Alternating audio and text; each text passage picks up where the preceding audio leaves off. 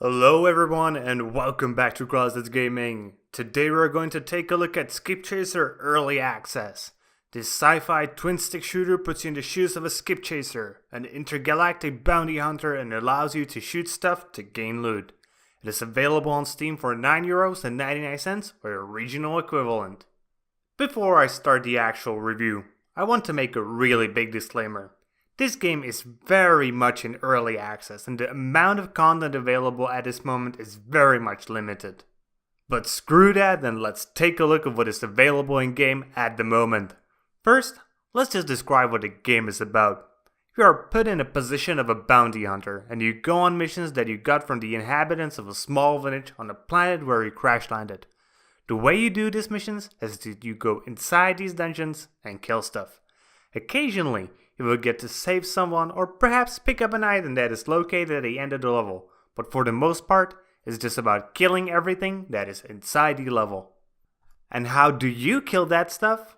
Well, with your trusty gun that you'd never give up. Nah, I'm just kidding.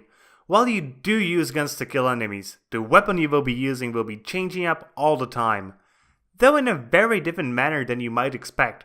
There are actually only two basic types of enemies available at the moment, and even those are both machine guns. Then how do you change your weapon, you ask? Well, with customization of course. Throughout your gameplay time you will gather weapon parts that you can put into your weapon instead of the stock parts you start the game with. This way you're able to create a weapon that suits your needs exactly. At the moment, each weapon is comprised of 6 individual parts. More specifically magazines, barrels, noses, scopes, stocks, and bases.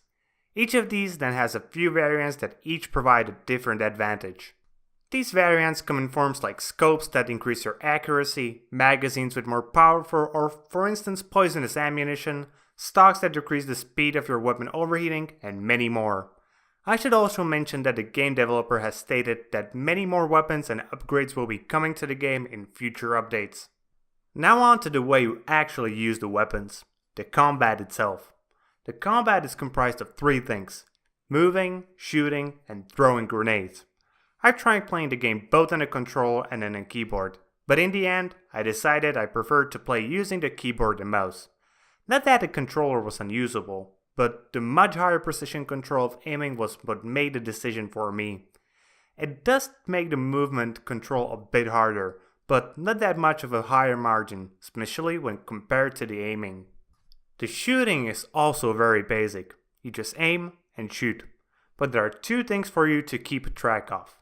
First, your weapon generates heat, so you need to keep an eye on that, otherwise you might find yourself in a position of being surrounded by enemies while you can't shoot.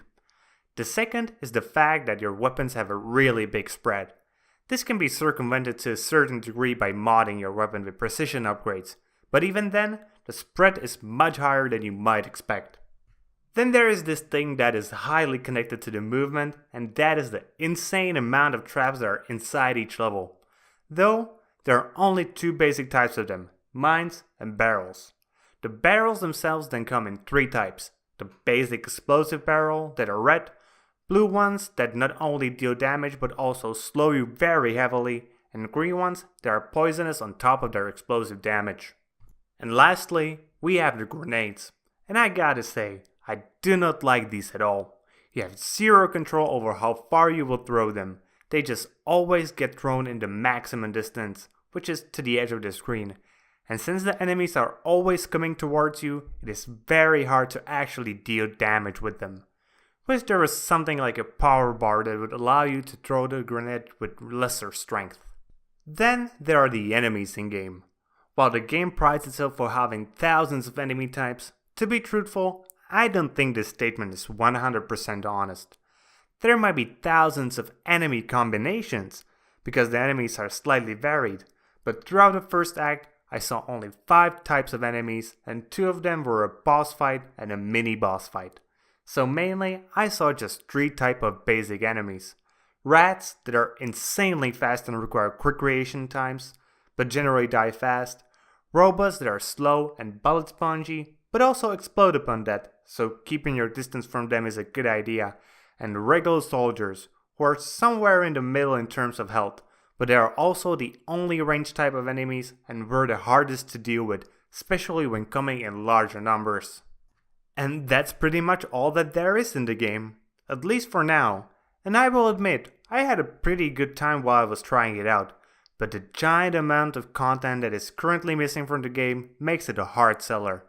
The combat felt pretty good, though somewhat imprecise at moments, but that was definitely the developer's intention. Each enemy type has a very distinct style, and levels had a very different feel to them every time. But there was just so little of everything, and that's a huge shame. Since this is a story-driven game, you might expect me to talk in length about the game's story. But I really can't at this moment, because the early access only includes the first act of the game. And to be honest, I didn't get much of a story from it anyways. The few bits I got is that Skipchasers are a dying breed, though somewhat surprisingly to me because they have a tool that allows them to resurrect themselves in their ships every time they die, who go around the universe getting hired to do various dangerous jobs. You crash land in a small town where you start to do various missions for its inhabitants, but they always feature exploring a dungeon and killing stuff within it.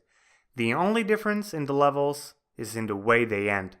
Either it's just by leaving the level, or it's by finding something at the end, or the one you will most likely enjoy the most, that being killing a boss.